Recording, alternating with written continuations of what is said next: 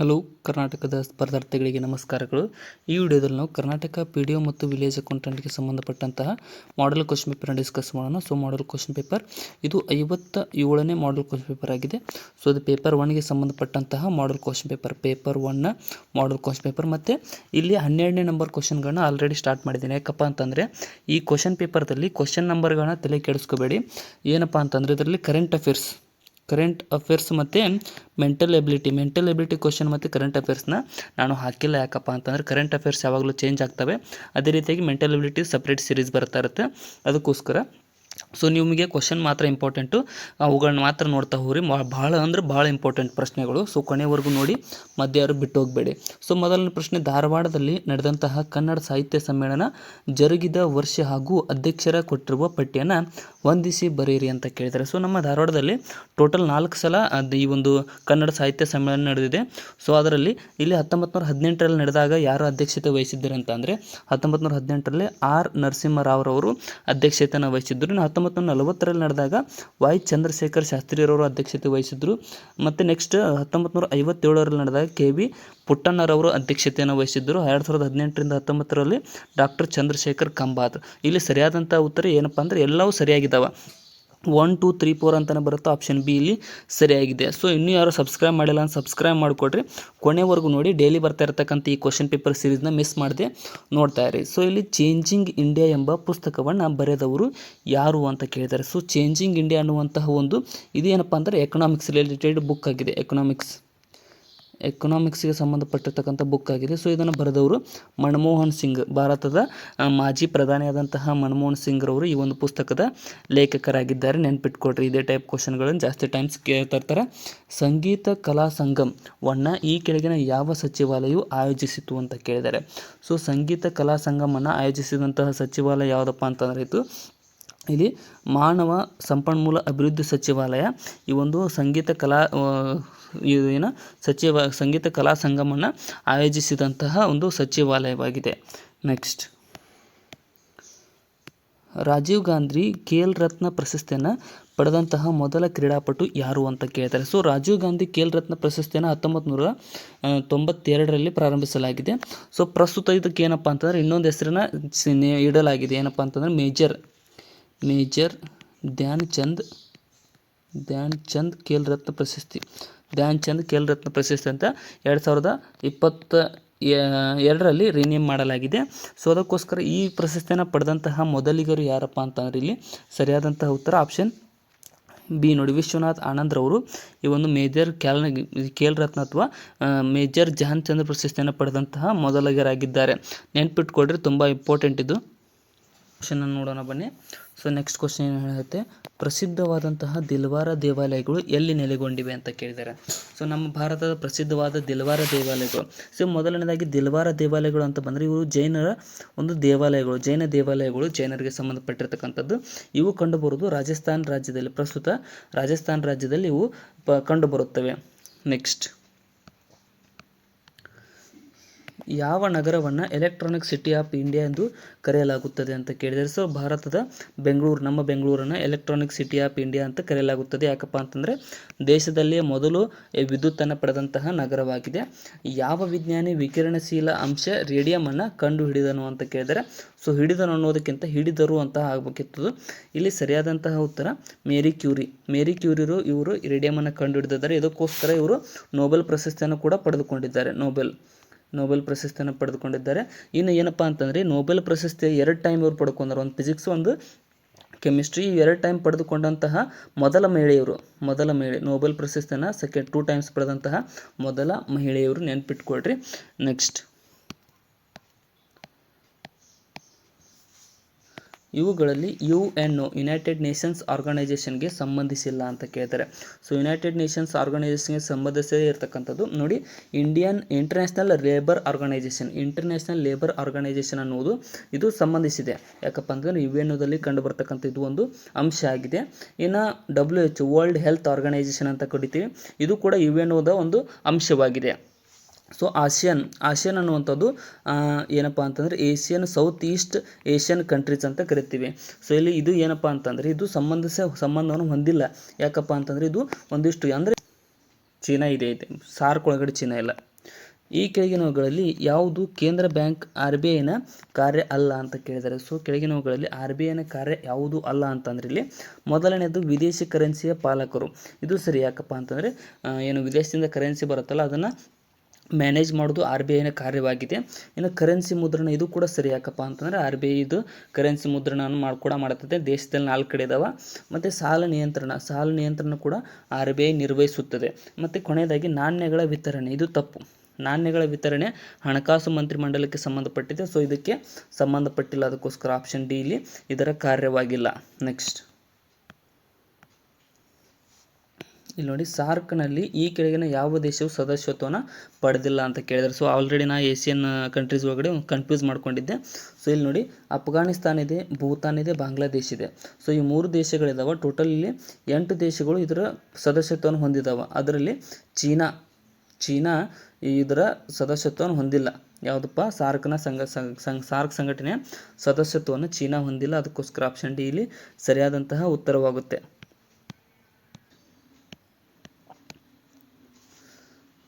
ಭಾರತದಲ್ಲಿ ಮೊದಲ ಬಾರಿಗೆ ರಾಷ್ಟ್ರೀಯ ಆದಾಯವನ್ನು ಅಂದಾಜು ಮಾಡಿದವರು ಯಾರು ಅಂತ ಕೇಳಿದ್ದಾರೆ. ಸೊ ನಮ್ಮ ಭಾರತದಲ್ಲಿ ಮೊದಲ ಬಾರಿಗೆ ರಾಷ್ಟ್ರೀಯ ಆದಾಯವನ್ನು ಅಂದಾಜು ಮಾಡಿದವರು ದಾದಾಬಾಯಿ ನವರೋಜಿರವರು. ತಲಾ ಆದಾಯವನ್ನು ಏನಪ್ಪ ಅಂತಂದರೆ ಇವರು 1868ರಲ್ಲಿ ಈ ಒಂದು ರಾಷ್ಟ್ರೀಯ ತಲಾ ಆದಾಯವನ್ನು ಅಂದಾಜು ಮಾಡಿದರು. ಇವರು ಅಂದಾಜು ಮಾಡಿದಾಗ ತಲಾ ಆದಾಯ ಎಷ್ಟಿತ್ತು ಅಂದರೆ 20 ರೂಪೀಸ್ ಇತ್ತು. ಓನ್ಲಿ 20 ರೂಪೀಸ್ ಇತ್ತು, ನೆನ್ಪಿಟ್ಕೊಳ್ರಿ ಆವಾಗ. ನೆಕ್ಸ್ಟ್, ಜೀವನ ಭೌತಿಕ ಗುಣಮಟ್ಟ ಸೂಚ್ಯಂಕ ದ physical quality of the life ಇಂಡೆಕ್ಸನ್ನು ಮೊದಲಿಗೆ ಪರಿಕಲ್ಪನೆ ಕೊಟ್ಟವರು ಯಾರು ಅಂತ ಕೇಳಿದರೆ. So the physical quality of life index ಅಂದರೆ ಒಂದು ಬದುಕುವ ಮತ್ತು ಸಾಯುವ ದರ, ಮರಣ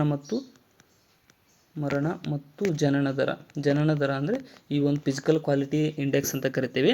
ಸೊ ಇಲ್ಲಿ ಸರಿಯಾದಂತಹ ಉತ್ತರ ಇದನ್ನು ಪ್ರತಿಪಾದಿಸಿದವರು ಆಪ್ಷನ್ ಸಿ ನೋಡಿ, ಮ್ಯಾರಿಸ್ ಡಿ ಮೋರಿಸ್ ರವರು ಇವರ ಒಂದು ಪ್ರತಿಪಾದನೆ ಮಾಡಿದ್ದಾರೆ. ಯಾವಾಗಪ್ಪ ಅಂತಂದರೆ ಇವರು 1970ರಲ್ಲಿ 1970ದಲ್ಲಿ ಈ ಒಂದು ಫಿಸಿಕಲ್ ಕ್ವಾಲಿಟಿ ಆಫ್ ಲೈಫ್ ಇಂಡೆಕ್ಸನ್ನು ಪರಿಕಲ್ಪನೆಯನ್ನು. ಸೊ ಇಲ್ಲಿ ಏನು ಕೇಳಿದ್ದಾರೆ ನೋಡಿ, ರಾಸ್ ಐಲ್ಯಾಂಡ್ ಸಂಬಂಧಪಟ್ಟಂತೆ ಈ ಕೆಳಗಿನ ಯಾವ ಹೇಳಿಕೆಗಳು ಸರಿಯಾಗಿವೆ ಅಂತ ಕೇಳಿದ್ದಾರೆ. ಸೊ ಮೊದಲ ಹೇಳಿಕೆ ಏನು ಹೇಳುತ್ತಂದರೆ ಇದನ್ನು ಇತ್ತೀಚೆಗೆ ನೇತಾಜಿ ಸುಭಾಷ್ ಚಂದ್ರ ಬೋಸ್ ದ್ವೀಪ ಎಂದು ಮರುನಾಮಕರಣ ಮಾಡಲಾಗಿದೆ ಅಂತ ಹೇಳಿದರೆ ಇದು ಸರಿಯಾಗಿದೆ. ಯಾಕಪ್ಪ ಅಂತಂದರೆ ಇತ್ತೀಚೆಗೆ ಈ ಒಂದು ರಾಸ್ ಐಲ್ಯಾಂಡನ್ನು ನೇತಾಜಿ ಸುಭಾಷ್ ಚಂದ್ರ ಬೋಸ್ ರವರ ಹೆಸರಿಗೆ ಮರುನಾಮಕರಣ ಮಾಡಲಾಗಿದೆ.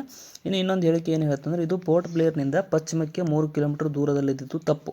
ಪೋರ್ಟ್ ಬ್ಲೇರ್ನಿಂದ ಪಶ್ಚಿಮಕ್ಕೆ ಇದು ಕಂಡು ಬರೋಂಗಿಲ್ಲ. ಎ ಮಾತ್ರ ಇಲ್ಲಿ ಸರಿಯಾಗಿದೆ. ಆಪ್ಷನ್ ಎ ಇಲ್ಲಿ ಸರಿಯಾಗುತ್ತೆ. ನೆಕ್ಸ್ಟ್, ಈ ಕೆಳಗಿನವುಗಳಲ್ಲಿ ಯಾವುದು ಭಾರತದ ನೈಋತ್ಯ ಮಾನ್ಸೂನ್ ಮಾರುತ ಸೌತ್ ವೆಸ್ಟ್ ಮಾನ್ಸೂನ್ಗಳ ಮೇಲೆ ಪ್ರಭಾವವನ್ನು ಬೀರುತ್ತದೆ ಅಂತ ಕೇಳಿದ್ದಾರೆ. ಸೊ ಸೌತ್ ವೆಸ್ಟ್ ಮಾನ್ಸೂನ್ ಮಾರುತದ ಮೇಲೆ ಪ್ರಭಾವ ಬೀರ್ತಕ್ಕಂಥದ್ದು ಯಾವುದಪ್ಪ ಅಂತಂದರೆ ಇಲ್ಲಿ ನೋಡಿ, ಒಂದೊಂದಾಗಿ ನೋಡ್ತಾ ಹೋಗೋಣ. ಏನಪ್ಪ ಅಂತಂದರೆ ಥಾರ್ ಮರುಭೂಮಿ ಇದರ ಮೇಲೆ ಪ್ರಭಾವ ಬೀರುತ್ತೆ. ಯಾಕಪ್ಪ ಅಂತಂದರೆ ಈ ಒಂದು ಸೌತ್ ವೆಸ್ಟ್ ಮಾನ್ಸೂನ್ಗಳು ಮಳೆ ನಿರಾಶ್ರಿತ ಒಂದು ಜಾಗದಲ್ಲಿ ಬರುವ ಕಾರಣ ಇದಕ್ಕೆ ಮರುಭೂಮಿಯಾಗಿ ಈ ಒಂದು ಥಾರ್ ಮರುಭೂಮಿ ಹುಟ್ಟಿದೆ. ಟಿಬೇಟ್ ಪ್ರಸ್ಥಭೂಮಿ ಇದಕ್ಕೂ ಕೂಡ ಇದು ಬಿಡುತ್ತೆ. ಯಾಕಪ್ಪ ಅಂತಂದರೆ ಟಿಬೇಟ್ ಪ್ರಸ್ಥಭೂಮಿಗೆ ಹತ್ರ ಹೋದಂತೆ ಅಲ್ಲಿಂದ ತಡೆಗೋಡೆ ಉಂಟಾಗುತ್ತೆ. ಈ ಮಳೆಗೆ ಏನಂದ್ರೆ ಸೌತ್ ವೆಸ್ಟ್ ಮಾನ್ಸೂನ್ಗೆ ತಡೆಗೋಡೆ ಉಂಟಾಗಿ ಅದು ಹೋಗಿ ಮೇಘಾಲಯದಲ್ಲಿ ಅತಿ ಹೆಚ್ಚಾದ ಮಳೆಯನ್ನು ಸುರಿಸುತ್ತೆ. ಎಲ್ ನಿನೋ ಎಫೆಕ್ಟ್ ಇದು ಕೂಡ ಸರಿ. ಯಾಕಪ್ಪ ಅಂತಂದರೆ ಎಲ್ ನಿನೋ ಎಫೆಕ್ಟ್ ನೀವು ಹೋದ ವರ್ಷ ಅಬ್ಸರ್ವ್ ಮಾಡಿರ್ಬೋದು, ಮಳೆ ಕಡಿಮೆ ಆಗಿತ್ತು ಭಾಳ. ಹೋದ ವರ್ಷ ಮಳೆನೇ ಆಗಿಲ್ಲ ಜಾಸ್ತಿ, ಬಟ್ ಈ ವರ್ಷ ಮಳೆ ಜಾಸ್ತಿ ಆಗಿದೆ. ಸೊ ಹೋದ ವರ್ಷ ಎಲ್ ನಿನೋ ಎಫೆಕ್ಟ್ ಆಗಿ ಮಳೆ ಕಡಿಮೆ ಆಗಿತ್ತು. ಈ ವರ್ಷ ಎಲ್ ನಿನೋ ಎಫೆಕ್ಟ್ ಇಲ್ಲ, ಅದಕ್ಕೋಸ್ಕರ ಮಳೆ ಜಾಸ್ತಿ ಆಗಿದೆ. ಸೊ ಇಲ್ಲಿ ನೀವು ಅಬ್ಸರ್ವ್ ಮಾಡ್ಬೋದು ಯಾವ ರೀತಿಯಾಗಿ ಇದು ಎಫೆಕ್ಟ್ ಬೀಳುತ್ತೆ ಅಂತ. ಇನ್ನು ಈಸ್ಟರ್ಲಿ ಜೆಟ್ ಸ್ಟ್ರೀಮ್ಸ್ ಇದು ಕೂಡ ನಮ್ಮ ಒಂದು ಮಾನ್ಸೂನ್ಗೆ ಅಡೆತಡೆ ಅಥವಾ ಒಂದು ಎಫೆಕ್ಟ್ ಕೊಡುತ್ತೆ. ಅಂಟಾರ್ಟಿಕ್ ಟ್ರೇಡ್ ಅನ್ನುವಂಥದ್ದು ಕೂಡ ಆ್ಯಂಟಿ ಟ್ರೇಡ್ ವಿಂಡ್ಸ್ ಅವು ಕೂಡ ಎಫೆಕ್ಟ್ ಕೊಡ್ತವೆ. ಸೊ ಇಲ್ಲಿ ಎಲ್ಲವೂ ಸರಿಯಾಗಿದ್ದಾವೆ, ಮೇಲಿನ ಎಲ್ಲವೂ ಸರಿಯಾಗಿದ್ದಾವೆ. ನೆಕ್ಸ್ಟ್, ಗ್ರೇಟ್ ಇಂಡಿಯನ್ ಬಸ್ಟರ್ಡ್ ರಾಷ್ಟ್ರೀಯ ಉದ್ಯಾನವನ the great Indian bustard national park ಕೆಳಗಿನ ಯಾವ ರಾಜ್ಯದಲ್ಲಿ ಕಂಡುಬರುತ್ತದೆ ಅಂತ ಕೇಳಿದ್ದಾರೆ. ಸೊ ಇದು ಕಂಡುಬರುವುದು ಸರಿಯಾದಂಥ ಉತ್ತರ ಆಪ್ಷನ್ ಬಿ, ಮಹಾರಾಷ್ಟ್ರದಲ್ಲಿ ಇದನ್ನು ಸ್ಥಾಪಿಸಲಾಗಿದೆ, the great Indian bustard national ಪಾರ್ಕನ್ನು. ನೆಕ್ಸ್ಟ್, ಈ ಕೆಳಗಿನ ಯಾವ ದೇವಾಲಯ ರೇಖಾಂಶಿಕವಾಗಿ ರಾಷ್ಟ್ರ ರಾಜಧಾನಿ ದೆಹಲಿಗೆ ಸಮೀಪವಿರುವುದು ಅಂತ ಕೇಳಿದ್ದಾರೆ. ಸೊ ರೇಖಾಂಶಿಕವಾಗಿ ಸಮೀಪ ಇರತಕ್ಕಂಥದ್ದು ಯಾವುದಪ್ಪ ಅಂತಂದರೆ ಇದು ರೇಖಾಂಶ. ಇದು ಹಿಂಗೆ ಬರುತ್ತಲ್ಲ, ಇದು ಅಕ್ಷಾಂಶ ಹಿಂಗೆ ಬರೋದು, ಅಡ್ಡ ಬರೋದು, ಇದು ರೇಖಾಂಶ. ಸೊ ಇಲ್ಲಿ ಸರಿಯಾಗಿರ್ತಕ್ಕಂಥದ್ದು ಅದಕ್ಕೆ ಸಮೀಪ ಇರತಕ್ಕಂಥ ರೇಖಾಂಶಿಕವಾಗಿ ಆಪ್ಷನ್ ಸಿ ನೋಡಿ, ಶಬರಿಮಲೆ ಅದಕ್ಕೆ ಸಮೀಪದಲ್ಲಿದೆ. ಅಂದರೆ ಸೊ ನಮ್ಮ ದೇಶದಲ್ಲಿ ನೋಡ್ತಾ ಹೋದಂತೆ ಈ ರೇಖೆ ನೋಡ್ತಾ ಹೋದಂತೆ ಶಬರಿಮಲೆ ಅದಕ್ಕೆ ದೆಹಲಿಗೆ ಸಮೀಪದಲ್ಲಿದೆ ಆಪ್ಷನ್ಗಳಲ್ಲಿ. ಸೊ ಈ ರೀತಿಯಾಗಿ ನೋಡಿದರೆ ಕೊಣಾರ್ಕ್ ಇಲ್ಲಿ ಆಪ್ಷನ್ ಸರಿಯಾಗ್ತಿತ್ತು. ನೆಕ್ಸ್ಟ್, ಶಬರಿಮಲೆ ದೇವಸ್ಥಾನಕ್ಕೆ ಸಂಬಂಧಪಟ್ಟಂತೆ ಈ ಕೆಳಗಿನವುಗಳಲ್ಲಿ ಯಾವುದು ಸರಿಯಾಗಿ ಇಲ್ಲ ಅಂತ ಕೇಳಿದ್ದಾರೆ. ಸೊ ಇಲ್ಲಿ ನೋಡಿ ಸರಿಯಾಗಿ ಯಾವುದು ಇಲ್ಲ ಅಂತ ನೋಡ್ತಾ ಹೋಗೋಣ ಬನ್ನಿ. ಮೊದಲನೇದು ಏನು ಹೇಳುತ್ತೆಪ್ಪ ಅಂತಂದರೆ ಇದು ಕಾರ್ಡಮಮ್ ಬೆಟ್ಟಗಳಲ್ಲಿ ನೆಲೆಗೊಂಡಿದೆ ಅಂತಂದರೆ ಇದು ಕಾರ್ಡಮಮ್ ಬೆಟ್ಟಗಳಲ್ಲಿ ನೆಲೆಯನ್ನಗೊಂಡಿದೆ ಅಥವಾ ಕಾರ್ಡಮಮ್ ಬೆಟ್ಟದಲ್ಲಿ ಇದು ಶಬರಿಮಲೆ ಕಂಡುಬರುತ್ತೆ. ಇನ್ನು ಎರಡನೇದಾಗಿ ಇದು ಕೇರಳ ರಾಜ್ಯದಲ್ಲಿದೆ. ಸೊ ಇದು ಕೇರಳ ರಾಜ್ಯದಲ್ಲಿ ಕಂಡುಬರುತ್ತೆ ಅನ್ನೋದು ಕೂಡ ಸರಿ, ಇದು ಕೇರಳದಲ್ಲಿ ಶಬರಿಮಲೆ ಕಂಡುಬರುತ್ತೆ. ಇದು ಪೆರಿಯಾರ್ ರಾಷ್ಟ್ರೀಯ ಉದ್ಯಾನವನದ ವನದಲ್ಲಿ ನೆಲೆಗೊಂಡಿದೆ, ಇದು ಕೂಡ ಸರಿ, ಇದು ಪೆರಿಯಾರ್ ರಾಷ್ಟ್ರೀಯ ಉದ್ಯಾನವನದಲ್ಲಿ ಕಂಡುಬರುತ್ತೆ ಇದು ಶಬರಿಮಲೆ. ಇನ್ನು ಇದು ಮೌನ ಕಣಿವೆ ರಾಷ್ಟ್ರೀಯ ಉದ್ಯಾನವನದ ಅಥವಾ ಸೈಲೆಂಟ್ ವ್ಯಾಲಿ ನ್ಯಾಷನಲ್ ಪಾರ್ಕ್ದಲ್ಲಿ ನೆಲೆಗೊಂಡಿದ್ದು, ತಪ್ಪು. ಇದು ಪೆರಿಯಾರ್ ಉದ್ಯಾನವನದಲ್ಲಿ ಕಂಡುಬರುತ್ತೆ ಹೊರತು ಸೈಲೆಂಟ್ ವ್ಯಾಲಿಯಲ್ಲಿ ಕಂಡುಬರಂಗಿಲ್ಲ. ಅದಕ್ಕೋಸ್ಕರ ಆಪ್ಷನ್ ಡಿ ಇಲ್ಲಿ ತಪ್ಪಾಗುತ್ತೆ ಶಬರಿಮಲೆಗೆ ಸಂಬಂಧಪಟ್ಟಂತೆ. ಈ ಕೆಳಗಿನವುಗಳನ್ನು ಹೊಂದಿಸಿ ಬರೆಯಿರಿ ಅಂತ ಕೇಳ್ತಾರೆ. ಸೊ ಹೊಂದಿಸಿ ಬರೆದಾಗ ಇಲ್ಲಿ ನೋಡಿ ಇಲ್ಲಿ ಏನಾಗುತ್ತಪ್ಪ ಅಂತಂದರೆ ಸರಿಯಾದಂತಹ ಉತ್ತರವಾಗುವುದು ಆಪ್ಷನ್ ನೋಡಿ, ಬ್ರಹ್ಮಪುತ್ರ ಅನ್ನೋದು ಮಾನಸ ಕಣಿವೆ ಬ್ರಹ್ಮಪುತ್ರಗೆ ಸಂಬಂಧಪಟ್ಟಿದೆ. ಗೋದಾವರಿಗೆ ಸಂಬಂಧಪಟ್ಟಿರುವುದು ಯಾವುದಪ್ಪ ಅಂತಂದರೆ ಗೋದಾವರಿಗೆ ಶಬರಿ ಸಂಬಂಧಪಟ್ಟಿದೆ. ಕೃಷ್ಣಾ ನದಿಗೆ ಸಂಬಂಧಪಟ್ಟಿದ್ದು ಕಪಿಲ ಕೃಷ್ಣಾ ನದಿಗೆ ಸಂಬಂಧಪಟ್ಟಿದೆ. ಸೊ ನೆಕ್ಸ್ಟ್ ನೋಡೋದಾದರೆ ಕೃಷ್ಣಾ ನದಿಗೆ ಕಪಿಲ ಅಲ್ಲ, ಕೃಷ್ಣಾ ನದಿಗೆ ಸಂಬಂಧಪಟ್ಟಿರೋದು ಮೂಸಿ ಕೃಷ್ಣಾ ನದಿಗೆ ಸಂಬಂಧಪಟ್ಟಿದೆ. ಕಾವೇರಿ ನದಿಗೆ ಕಪಿಲ ಸಂಬಂಧಪಟ್ಟಿದೆ. ಸೊ ಇವೆಲ್ಲವುಗಳು ಉಪನದಿಗಳು. ಇಲ್ಲಿ ಸರಿಯಾದಂಥ ಉತ್ತರ ಆಪ್ಷನ್ ಎ ಸರಿಯಾಗುತ್ತೆ. ಈ ನದಿಗಳು ಉಪನದಿಗಳು. ನೆಕ್ಸ್ಟ್, ಕೆಳಗಿನ ಯಾವ ವಾಯುಮಾರ್ಗ ಅಥವಾ ಏರ್ ರೂಟ್ಸು ಪರ್ವತನಿಂದ ಲಂಡನ್ಗೆ ಸಮೀಪವಾಗಿರುತ್ತವೆ ಅಂತ ಕೇಳಿದ್ದಾರೆ. ಅಂದರೆ ಈ ಒಂದು ಪರ್ವತದ ಮೂಲಕ ಹಾದು ಹೋದಾಗ ನಾವು ಯಾವ ರೂಟಿಂದ ಲಂಡನ್ಗೆ ಬೇಗ ತಲುಪ್ಬೋದು ಅಂತ ಕೇಳಿದ್ದಾರೆ. ಸೊ ಇಲ್ಲಿ ಸರಿಯಾದಂಥ ಉತ್ತರ ನೋಡಿ, ಪರ್ತ್, ಅಂಕಾರ, ಪ್ಯಾರಿಸ್, ಲಂಡನ್ ಈ ರೂಟ್ ಮೂಲಕ ನಾವು ಲಂಡನ್ಗೆ ತಲುಪಬಹುದಾಗಿದೆ ಸ್ಪೀಡೆಸ್ಟ್ ವೇ. ಇಲ್ಲಿ ಆಪ್ಷನ್ ಡಿ ಸರಿಯಾಗುತ್ತೆ. ನೆಕ್ಸ್ಟ್, ಈ ಕೆಳಗಿನ ಜೋಡಿಗಳಲ್ಲಿ ಯಾವುದು ಸರಿಯಾಗಿ ಹೊಂದಾಣಿಕೆಯಾಗಿದೆ ಅಂತ ಕೇಳಿದ್ದಾರೆ. ಸೊ ಇಲ್ಲಿಗೆ ಸರಿಯಾಗಿ ನೋಡಿದಾಗ ಏನಪ್ಪ ಅಂತಂದರೆ ಬೆಂಗೂಲ ಅನ್ನುವಂಥದ್ದು ಆಫ್ರಿಕಾದ ಪಶ್ಚಿಮ ಕರಾವಳಿಯಲ್ಲಿ ಕಂಡುಬರುತ್ತೆ ಅನ್ನೋದು ಸರಿಯಾಗಿದೆ. ಬೆಂಗೂಲ ಆಫ್ರಿಕಾದ ಪಶ್ಚಿಮ ಕರಾವಳಿ ಕಂಡುಬರುತ್ತೆ. ಗಲ್ಫ್ ಸ್ಟ್ರೀಮ್ ಅನ್ನುವಂಥದ್ದು ಉತ್ತರ ಅಮೆರಿಕದ ಪೂರ್ವದಲ್ಲಿ ಕಂಡುಬರುತ್ತೆ ಅನ್ನೋದು ಇದು ಕೂಡ ಸರಿ. ಗಲ್ಫ್ ಸ್ಟ್ರೀಮು ಅಲ್ಲಿ ಕಂಡುಬರುತ್ತೆ. ಹಿರೋಶಿಮಾ ಅನ್ನುವಂಥದ್ದು ಎಲ್ಲಿ ಕಂಡುಬರುತ್ತೆ, ಉತ್ತರ ಪೆಸಿಫಿಕ್ ಸಾಗರದ ಪಶ್ಚಿಮದ ಕರಾವಳಿಯಲ್ಲಿ ಕಂಡುಬರುತ್ತೆ. ಇದು ಕೂಡ ಸರಿ. ಇಲ್ಲಿ 3 ಹೇಳಿಕೆಗಳು ಸರಿಯಾಗಿದ್ದಾವೆ. ಆಪ್ಷನ್ ಡಿ ಎಲ್ಲವೂ ಸರಿ ಅಂತ ಹೇಳ್ಬೋದು. ಈ ಕೆಳಗಿನ ದೇಶಗಳ ಆದರ್ಶ ಕಾಲಮಾನ ಅಥವಾ ಲೋಕಲ್ ಸ್ಟ್ಯಾಂಡರ್ಡ್ ಟೈಮ್ ಅಂತ ಕರಿತೀವಿ, ಎಸ್ ಟಿ ಡಿ ವು ಗ್ರೀನ್ವಿಚ್ ವೇಳೆಗಿಂತ ಮುಂದೆ ಅಥವಾ ಹಿಂದೆ ಇರುವುದು. ಈ ದೇಶಗಳನ್ನು ಗ್ರೀನ್ವಿಚ್ ವೇಳೆಗಳ ಪ್ರಕಾರ ಮುಂದಿನಿಂದ ಹಿಂದಕ್ಕೆ ಇರುವಂತೆ ಕ್ರಮವಾಗಿ ಜೋಡಿಸಿರಿ ಅಂತ ಕೇಳಿದ್ದಾರೆ. ಅಂದರೆ ಇಲ್ಲೊಂದು ನಮ್ಮ ಸಮಭಾಜಕ ವೃತ್ತ ನಮ್ಮದು ಐತೆ ಅನ್ಕೊಡ್ರಿ, ನಮ್ಮ ಭೂಮಿ ಇಲ್ಲಿ ಗ್ರೀನ್ವಿಚ್ ಮೆರಿಡಿಯನ್ ಟೈಮ್ ಕಂಡು ಬರುತ್ತೆ. ಹಾಗೆ ಇಮ್ಯಾಜಿನ್ ಮಾಡಿಕೊಡ್ರಿ. ಈ ಗ್ರೀನ್ವಿಚ್ ಮೆರಿಡಿಯನ್ ಟೈಮ್ಗಿಂತ ಯಾವುದು ಹೆಚ್ಚಿಗೆ ದೂರ ಇದೆ, ದೂರದಿಂದ ಸಮೀಪ ಬಂದಾಗ ಈ ಕಡೆಯಿಂದ ಸಮೀಪ ಯಾವುದೈತೆ ಅಂತ ಕೇಳಿದ್ದಾರೆ. ಸೊ ಈ ಕಡೆ ಹೋದರೆ ಮುಂದಕ್ಕೆ ಬರುತ್ತೆ, ಈ ಕಡೆ ಹೋದರೆ ಹಿಂದಕ್ಕೆ ಬರುತ್ತೆ. ಅದಕ್ಕೋಸ್ಕರ ಇಲ್ಲಿಂದ ತೊಗೊಂಡಿರೋದು. ಸೊ ಇಲ್ಲಿ ನೋಡ್ತಾ ಹೋದಂತೆ ಸರಿಯಾಗ್ತಕ್ಕಂಥದ್ದು ನೋಡಿ, ಗ್ರೀನ್ವಿಚ್ ಮೆರಿಡಿಯನ್ ಟೈಮ್ಗೆ ಫಸ್ಟು ಅತ್ಯಂತ ದೂರವಾಗಿರುವುದು ಅಂದರೆ ಇದು ಇಂಡೋನೇಷ್ಯಾ. ಅತಿ ಹೆಚ್ಚು ಇಂಡೋನೇಷ್ಯಾ ನಮ್ಮ ಭಾರತದ ರೈಟ್ ಸೈಡಿಗೆ ಬರುತ್ತೆ, ಅದು ಅತ್ಯಂತ ದೂರವಾಗಿದೆ. ಅದಾದಮೇಲೆ ಅದಕ್ಕೆ ಸಮೀಪ ಬರ್ತಕ್ಕಂಥದ್ದು ಇಂಡೋನೇಷ್ಯಾ ಆದಮೇಲೆ ಕಿರ್ಗಿಸ್ತಾನ್ ಸೆಕೆಂಡ್ ಬರುತ್ತೆ. ಅದಾದಮೇಲೆ ಇಟಲಿ ಬರುತ್ತೆ. ಅದಾದಮೇಲೆ ಏನಪ್ಪ ಅಂತಂದರೆ ಕ್ಯೂಬಾ ಬರುತ್ತೆ. ಇನ್ನು ಕೊನೆಗೆ ಗ್ವಾಟೆಮಾಲಾ. ಸೊ ಇಲ್ಲಿ ಸರಿಯಾದಂತಹ ಉತ್ತರವಾಗುವುದು ಆಪ್ಷನ್ ಸಿ ಸರಿಯಾಗುತ್ತೆ.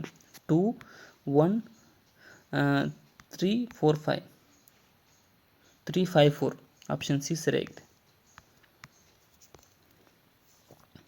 ಈ ಕೆಳಗಿನವುಗಳಲ್ಲಿ ಯಾವುದು ಆಳವಾದ ಸರೋವರ ಆಗಿದೆ ಅಂತ ಕೇಳಿದ್ದಾರೆ. ಸೊ ವಿಶ್ವದಲ್ಲಿ ಅತ್ಯಂತ ಆಳವಾದ ಸರೋವರ ಬೈಕಲ್ ಸರೋವರ. ಇದು ಕಂಡುಬರುವುದು ರಷ್ಯಾದಲ್ಲಿ ಈ ಒಂದು ಬೈಕಲ್ ಸರೋವರ ಕಂಡುಬರುತ್ತೆ. ನೆಕ್ಸ್ಟ್, ಕೆಳಗಿನ ಯಾವ 2 ಗ್ರಹಗಳು ಅವಳಿ ಗ್ರಹ ಗಳಾಗಿವೆ ಅಂತ ಕೇಳಿದರೆ ಟ್ವಿನ್ ಪ್ಲಾನೆಟ್ಸ್ ಅಂತ ಯಾವುದಕ್ಕೆ ಕರಿತೀವಿ ಅಂತ ಅಂದರೆ ಇಲ್ಲಿ ಆಪ್ಷನ್ ಸಿ ನೋಡಿ, ಶುಕ್ರ ಮತ್ತು ಭೂಮಿ ಗ್ರಹಗಳಿಗೆ ಟ್ವಿನ್ ಪ್ಲಾನೆಟ್ಸ್ ಅಂತ ಕರೆಯಲಾಗುತ್ತದೆ. ಹುಲಿಕಲ್ ಘಾಟ್ ಈ ಕೆಳಗಿನ ಯಾವ ನಗರಗಳನ್ನು ಸಂಪರ್ಕಿಸುತ್ತದೆ ಅಂತ ಕೇಳಿದ್ದಾರೆ. ಸೊ ಇಲ್ಲಿ ನೋಡಿ, ಹುಲಿಕಲ್ ಘಾಟ್ ಯಾವ ನಗರಗಳನ್ನು ಸಂಪರ್ಕಿಸುತ್ತದೆ? ಆಪ್ಷನ್ ಸಿ ಕುಂದಾಪುರ ಮತ್ತು ಶಿವಮೊಗ್ಗ. ಹುಲಿಕಲ್ ಘಾಟ್ ಕುಂದಾಪುರ ಮತ್ತು ಶಿವಮೊಗ್ಗ. ಮತ್ತು ಶಿವಮೊಗ್ಗ ಮೊದಲನೇ ಶಿವಮೊಗ್ಗ ಉಡುಪಿಗೆ ಸಂಪರ್ಕ ಕಲ್ಪಿಸುವುದು ಯಾವುದಪ್ಪ ಅಂತಂದರೆ ಆಗುಂಬೆ ಘಾಟ್ ಶಿವಮೊಗ್ಗ ಮತ್ತು ಉಡುಪಿಗೆ. ಮಂಗಳೂರು ಮತ್ತು ಚಿಕ್ಕಮಗಳೂರಿಗೆ ಯಾವುದಂದ್ರೆ ಚಾರ್ಮಾಡಿ ಘಾಟ್. ಇನ್ನು ಹಾಸನ ಮತ್ತು ಸಕಲೇಶಪುರಕ್ಕೆ ಸಂಬಂಧ ಕಲ್ಪಿಸುವುದು ಯಾವುದು? ಶಿರಾಡಿ ಘಾಟ್. ಘಾಟ್ಗಳ ಮೇಲೆ ಭಾಳ ಕ್ವಶನ್ ಬಂದಿದ್ದಾವೆ, ಸೊ ಒಂದು ಸ್ವಲ್ಪ ಕನ್ಫರ್ಮೇಷನ್ ಇರಲಿ ಘಾಟ್ಗಳ ಮೇಲೆ. ನೆಕ್ಸ್ಟ್, ಈ ಕೆಳಗಿನ ಯಾವ ಬೆಳೆಯ ವೈಜ್ಞಾನಿಕ ಹೆಸರು ವರೈಸಾ ಸಟೈವಾ? ಸಟಿನ ಅಲ್ಲಿದೆ, ಸಟೈವ ಆಗಿದೆ ಅಂತ ಕೇಳ್ತಾರೆ. ಸೊ ಇಲ್ಲಿ ನೋಡಿ, ವರೈಸಾ ಸಟೈವಾ ಅಂತ ಭತ್ತ, ಅಕ್ಕಿ ಅಂತ ಏನು ಕರಿತೀವಲ್ಲ ಇದಕ್ಕೆ ವರೈಸಾ ಸಟೈವ ಒಂದು ಸೈಂಟಿಫಿಕ್ ನೇಮ್ ಆಗಿದೆ. ಗೋಧಿಗೆ ಏನಂತ ಕರೀತಾರಪ್ಪ ಅಂತಂದರೆ ಇಂಗ್ಲೀಷ್ ಒಳಗಡೆ ಟ್ರಿಟಿಕಮ್ ಅಂತ ಕರೀತಾರೆ ಗೋಧಿಗೆ. ಇನ್ನು ಜೋಳಕ್ಕೆ ನಾವು ಸ್ವರ್ಗಮ್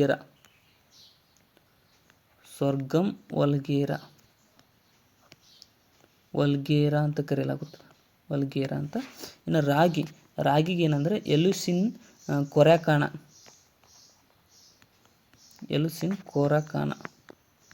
ಅಂತ ಕರೀತಾರೆ. ಸೊ ಸೈಂಟಿಫಿಕ್ ನೇಮ್ಗಳು ಜಾಸ್ತಿ ಕೇಳ್ತಾರೆ, ನೆನ್ಪಿಟ್ಕೊಂಡಿರಿ. ಕರ್ನಾಟಕದಲ್ಲಿ ಮೊದಲ ರಾಜ್ಯ ಸಿಮೆಂಟ್ ಕಾರ್ಖಾನೆಯನ್ನು ಯಾವ ವರ್ಷದಲ್ಲಿ ಭದ್ರಾವತಿಯಲ್ಲಿ ಸ್ಥಾಪಿಸಲಾಯಿತು ಅಂತ ಕೇಳಿದರೆ, ಸೊ 1939ರಲ್ಲಿ ನಮ್ಮ ಕರ್ನಾಟಕದಲ್ಲಿ ಭದ್ರಾವತಿಯಲ್ಲಿ ಮೊದಲ ಸಿಮೆಂಟ್ ಕಾರ್ಖಾನೆಯನ್ನು ಸ್ಥಾಪಿಸಲಾಗಿದೆ. ಸಂವಿಧಾನದಲ್ಲಿ ಅಧಿಕೃತ ಭಾಷೆಗಳನ್ನು ಒಳಗೊಂಡಿರುವ ಭಾಗ ಯಾವುದು ಅಂತ ಕೇಳಿದರೆ, ಸೊ ನಮ್ಮ ಸಂವಿಧಾನದಲ್ಲಿ ಅಧಿಕೃತ ಅಫಿಷಿಯಲ್ ಲ್ಯಾಂಗ್ವೇಜಸ್ ಅಂತ ಕರಿತೀವಿ. ಇದನ್ನು 17ನೇ ಭಾಗದ 8ನೇ ಸ್ಕೆಡ್ಯೂಲ್ ಅಂತ ಕರಿತೀವಿ. 8ನೇ ಅನುಸೂಚಿ ನೀವು ಕನ್ನಡದಲ್ಲಿ ಅನುಸೂಚಿ ಅಂತ ಕರಿತೀವಿ. ಅದರಲ್ಲಿ ಸಂವಿಧಾನದ ಭಾಷೆಗಳನ್ನು ಇರಿಸಲಾಗಿದೆ. ಟೋಟಲ್ 22 ಅಫಿಷಿಯಲ್ ಲ್ಯಾಂಗ್ವೇಜಸ್ ಇದಾವೆ, 22 ಅಫಿಷಿಯಲ್ ಲ್ಯಾಂಗ್ವೇಜಸ್. ನೆಕ್ಸ್ಟ್, ಸಂವಿಧಾನದ 2ನೇ ಅನುಸೂಚಿಯು ಈ ಕೆಳಗಿನ ಯಾವ ಮುಖ್ಯಸ್ಥರಿಗೆ ಅನ್ವಯಿಸುವುದಿಲ್ಲ ಅಂತ ಕೇಳಿದರೆ, ಸೊ 2ನೇ ಅನುಸೂಚಿ ಏನು ಹೇಳುತ್ತಪ್ಪ ಅಂತಂದರೆ ವೇತನ ಮತ್ತು ಭತ್ಯೆಗಳಿಗೆ ಹೇಳುತ್ತೆ. ಸೊ ಇಲ್ಲಿ ನೋಡಿ, ರಾಷ್ಟ್ರಪತಿಯವ್ರದ್ದು 2ನೇ ಅನುಸೂಚಿ ಮೂಲಕ ಕರೆಕ್ಟ್ ಇದೆ. ಯಾಕಪ್ಪ ಅಂದರೆ ರಾಷ್ಟ್ರಪತಿಯವ್ರದ್ದು ಬಗ್ಗೆ ಹೇಳಲಾಗಿದೆ, ರಾಜ್ಯಸಭೆ ಅಧ್ಯಕ್ಷರದ್ದು ಕೂಡ ಹೇಳಲಾಗಿದೆ, ರಾಜ್ಯಪಾಲರದ್ದು ಕೂಡ 2ನೇ ಅನುಸೂಚಿಯಲ್ಲಿ ಹೇಳಲಾಗಿದೆ. ಬಟ್ ಅಟಾರ್ನಿ ಜನರಲ್ ಅವ್ರು ನೋಡಿ, ಇವ್ರದ್ದು ಪೇಮೆಂಟ್ ಎಷ್ಟಿರ್ಬೇಕಂತ ಪ್ರೆಸಿಡೆಂಟ್ ನಿರ್ಮಾಣ ಮಾಡ್ತಾರೆ, ಪ್ರೆಸಿಡೆಂಟ್ ಅವರು ಡಿಸೈಡ್ ಮಾಡ್ತಾರೆ. ಅದಕ್ಕೋಸ್ಕರ ಇವರು 2ನೇ ಅನುಸೂಚಿಯಲ್ಲಿ ಇವರ ವೇತನ ಭತ್ಯೆಗಳು ಕಂಡು ಬರುವುದಿಲ್ಲ. ನೆಕ್ಸ್ಟ್, ಇದನ್ನು ಹೊಂದಿಸಿ ಬರೆಯಿರಿ ಅಂತ ಕೇಳಿದ್ದಾರೆ.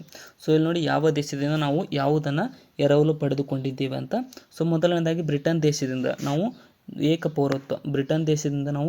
ಪೌರತ್ವವನ್ನು ಎರವಲು ಪಡೆದುಕೊಂಡಿದ್ದೇವೆ. ಅಮೆರಿಕ ದೇಶದಿಂದ ನೋಡ್ತಾ ಹೋದಂತೆ ನಾವು ಮೂಲಭೂತ ಹಕ್ಕುಗಳನ್ನು ಅಮೆರಿಕ ದೇಶದಿಂದ ಎರವಲು ಪಡೆದುಕೊಂಡಿದ್ದೇವೆ.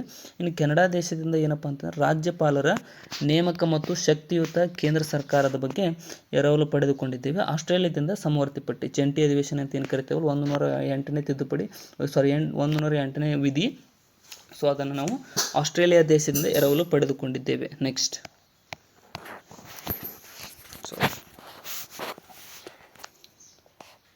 ಪ್ರಸ್ತಾವನೆಯು ಸಂವಿಧಾನದ ಭಾಗ ಎಂದು ಸುಪ್ರೀಂ ಕೋರ್ಟ್ ತೀರ್ಪು ಕೊಟ್ಟ ಪ್ರಕರಣ ಯಾವುದು ಅಂತ ಕೇಳಿದ್ದಾರೆ. ಸೊ ಪ್ರಸ್ತಾವನೆಯನ್ನು ಸಂವಿಧಾನದ ಭಾಗ ಅಂತ ಸುಪ್ರೀಂ ಕೋರ್ಟ್ ಹೇಳ್ತು. ಅದು ಯಾವ ಪ್ರಕರಣಪ್ಪ ಅಂತ ಅಂದರೆ ಇಲ್ಲಿ ಸರಿಯಾದಂತಹ ಉತ್ತರವಾಗುವುದು ಆಪ್ಷನ್ ಕೇಶವಾನಂದ ಭಾರತಿ ಪ್ರಕರಣದಲ್ಲಿ 1973ರ ಕೇಶವಾನಂದ ಭಾರತಿ ಪ್ರಕರಣದಲ್ಲಿ ಸುಪ್ರೀಂ ಕೋರ್ಟ್ ಏನು ಹೇಳ್ತಂದ್ರೆ ಪ್ರಸ್ತಾವನೆಯು ನಮ್ಮ ಸಂವಿಧಾನದ ಒಂದು ಭಾಗ ಅಂತ ತೀರ್ಮಾನ ಮಾಡಿತು. ಇನ್ನು ಬೇರುಬಾರಿ ಪ್ರಕರಣ ಯಾವಾಗ ಬಂತಪ್ಪ ಅಂತಂದರೆ ಇದು ಬಂತು 1958ರಲ್ಲಿ ಈ ಪ್ರಕರಣ ಬಂತು. So next 1995 LIC of India ಪ್ರಕರಣ ಬಂತು. Golaknath versus state of Punjab ಪ್ರಕರಣ 1967. ನೆಕ್ಸ್ಟ್, ರಾಜ್ಯಗಳ ಪುನರ್ರಚನಾ ಕಾಯ್ದೆ ತಿದ್ದುಪಡಿ ಯಾವುದು ಅಂತ ಕೇಳಿದೆ. ಸೊ ರಾಜ್ಯಗಳ ಪುನರ್ರಚನೆಗೆ ಸಂಬಂಧಪಟ್ಟಂತೆ ಮೂರನೇ ವಿಧಿಯಲ್ಲಿ ಹೇಳಲಾಗಿದೆ. ಸೊ ಇದರಲ್ಲಿ ತಿದ್ದುಪಡಿ ಕಾಯ್ದೆ ಯಾವುದಪ್ಪ ಅಂತಂದರೆ 7ನೇ ತಿದ್ದುಪಡಿ. ಆಪ್ಷನ್ ಎ ಇಲ್ಲಿ ಸರಿಯಾಗಿದೆ. 7ನೇ ತಿದ್ದುಪಡಿ ರಾಜ್ಯಗಳ ಪುನರ್ರಚನೆಗೆ ಸಂಬಂಧಪಟ್ಟಿದೆ, ನೆನ್ಪಿಟ್ಕೊಂಡಿರಿ. ನೆಕ್ಸ್ಟ್, ಭಾರತದಲ್ಲಿ ನೂತನ ರಾಜ್ಯಗಳ ಸೇರ್ಪಡೆ ಅಥವಾ ಸ್ಥಾಪನೆಗೆ ವಿವರಿಸುವಂತಹ ಅನುಚ್ಛೇದ ಯಾವುದು ಅಂತ ಕೇಳಿದ್ದಾರೆ. ಸೊ ನಮ್ಮ ಭಾರತದಲ್ಲಿ ಹೊಸ ರಾಜ್ಯ ಸೇರ್ಪಡೆಗೊಳ್ಬೇಕಂತಂದರೆ ಅದನ್ನು ಅನುಚ್ಛೇದ 2ನೇ ವಿಧಿಯಲ್ಲಿ ಹೇಳಲಾಗಿದೆ. ಹೊಸ ರಾಜ್ಯದ ಸೇರ್ಪಡೆ 2ನೇ ವಿಧಿ, ನೆನ್ಪಿಟ್ಕೊಂಡಿರಿ.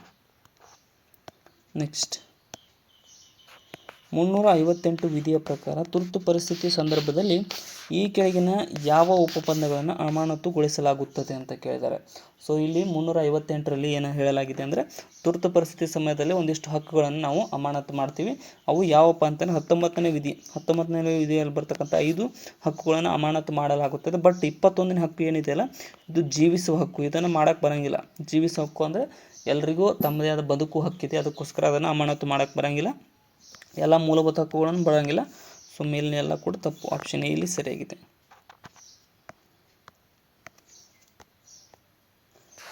ಹೊಂದಿಸಿ ಬರೆಯಿರಿ ಅಂತ ಕೇಳಿದ್ದಾರೆ. ಸೊ ಇಲ್ಲಿ ಹೊಂದಿಸಿ ಬರೆದಾಗ ಸಮಾನತೆ ಹಕ್ಕು ಎಷ್ಟನಿಂದ ಎಷ್ಟನೇ ವಿಧಿಯಲ್ಲಿ ಕಂಡು ಬರ್ತವೆ ಅಂತ ಅಂದರೆ ಇಲ್ಲಿ ನೋಡಿ, ಇದು 14ರಿಂದ 18ನೇ ವಿಧಿ ಒಳಗಡೆ ಸಮಾನತೆ ಹಕ್ಕನ್ನು ಇರಿಸಲಾಗಿದೆ. ಶೋಷಣೆ ವಿರುದ್ಧ ಹಕ್ಕನ್ನು ಎಲ್ಲಿ ಅಂತ ಅಂದರೆ 23, 24ನೇ ವಿಧಿಯಲ್ಲಿ ಹೇಳಲಾಗಿದೆ. ಧಾರ್ಮಿಕ ಸ್ವಾತಂತ್ರ್ಯದ ಹಕ್ಕಿನ ಬಗ್ಗೆ ಹೇಳಲಾಗಿದೆ ಎಲ್ಲಿಪ್ಪ ಅಂತಂದರೆ ಇಲ್ಲಿ ಇದು 25ರಿಂದ 28ರವರೆಗೆ ಧಾರ್ಮಿಕ ಸ್ವಾತಂತ್ರ್ಯದ ಹಕ್ಕಿನ ಬಗ್ಗೆ ಹೇಳಲಾಗಿದೆ. ಸಾಂಸ್ಕೃತಿಕ ಶೈಕ್ಷಣಿಕ ಹಕ್ಕಿನ ಬಗ್ಗೆ 29ರಿಂದ 30ನೇ ವಿಧಿಯಲ್ಲಿ ಹೇಳಲಾಗಿದೆ. ಇಲ್ಲಿ ಸರಿಯಾದಂತಹ ಉತ್ತರವಾಗುವುದು ಆಪ್ಷನ್ ಎ ಸರಿಯಾಗುತ್ತೆ. ನೆಕ್ಸ್ಟ್ ಭಾರತದ ರಾಜ್ಯ ನೀತಿ ನಿರ್ದೇಶಕ ತತ್ವಗಳನ್ನು novel future of the constitution ಎಂದು ಹೇಳಿದವರು ಯಾರು ಅಂತ ಕೇಳಿದ್ದಾರೆ. ಸೊ DPSP ಅಂತ ಕರಿತೀವಲ್ಲ, DPSP directive principles of state ಪಾಲಿಸಿಗಳನ್ನು novel future of Indian constitution ಅಂತ ಹೇಳಿದವರು ಯಾರಪ್ಪ ಅಂತಂದರೆ ಇಲ್ಲಿ ಸರಿಯಾದಂತಹ ಉತ್ತರ ಆಪ್ಷನ್ ಎ ನೋಡಿ, ಡಾಕ್ಟರ್ BR ಅಂಬೇಡ್ಕರ್ ಅವರು ಈ ಒಂದು ಹೇಳಿಕೆಯನ್ನು DPSP ಬಗ್ಗೆ ಹೇಳಿದ್ದಾರೆ. ನಮ್ಮ ಸಂವಿಧಾನದಲ್ಲಿ 11ನೇ ಮೂಲಭೂತ ಕರ್ತವ್ಯವನ್ನು ಯಾವ ತಿದ್ದುಪಡಿಯೊಂದಿಗೆ ಸೇರ್ಪಡೆಗೊಳಿಸಲಾಯಿತು ಅಂತ ಕೇಳಿದ್ದಾರೆ. ಸೊ ನಮ್ಮ ಸಂವಿಧಾನದಲ್ಲಿ 11ನೇ ಮೂಲಭೂತ ಕರ್ತವ್ಯವನ್ನು ಯಾವಾಗಪ್ಪ ಅಂತಂದರೆ ಆಪ್ಷನ್ 2002 86ನೇ ತಿದ್ದುಪಡಿ ಮೂಲಕ ಇದನ್ನು 6ರಿಂದ 14 ವರ್ಷದ ಮಕ್ಕಳಿಗೆ ಪೋಷಕರಿಂದ ಒಂದು ಶಿಕ್ಷಣ ಕೊಡಿಸ್ಬೇಕಂತ ಈ ಒಂದು 86ನೇ ತಿದ್ದುಪಡಿಯಲ್ಲಿ ಹೇಳಲಾಗಿದೆ. 11ನೇ ಅನುಸೂಚಿ ಕೂಡ ಅದಕ್ಕೆ ಸಂಬಂಧಪಟ್ಟಿದೆ. ಕರ್ತವ್ಯ ಕೂಡ ಅದಕ್ಕೆ ಸಂಬಂಧಪಟ್ಟಿದೆ. 2003 91ನೇ ತಿದ್ದುಪಡಿ ಕಾಯ್ದೆ ಯಾವುದಕ್ಕೆ ಸಂಬಂಧಪಟ್ಟಿದೆ ಅಂತ ಅಂದರೆ ಇದು ಇನ್ಕಮ್ ಟ್ಯಾಕ್ಸ್ಗೆ ಸಂಬಂಧಪಟ್ಟಿದೆ. ಇನ್ನು 2004 92ನೇ ತಿದ್ದುಪಡಿ ಸಂಬಂಧಪಟ್ಟಿರೋದು ಯಾವುದಕ್ಕೆಪ್ಪ ಅಂತಂದರೆ ಇದು ಅಫಿಷಿಯಲ್ ಲ್ಯಾಂಗ್ವೇಜಸ್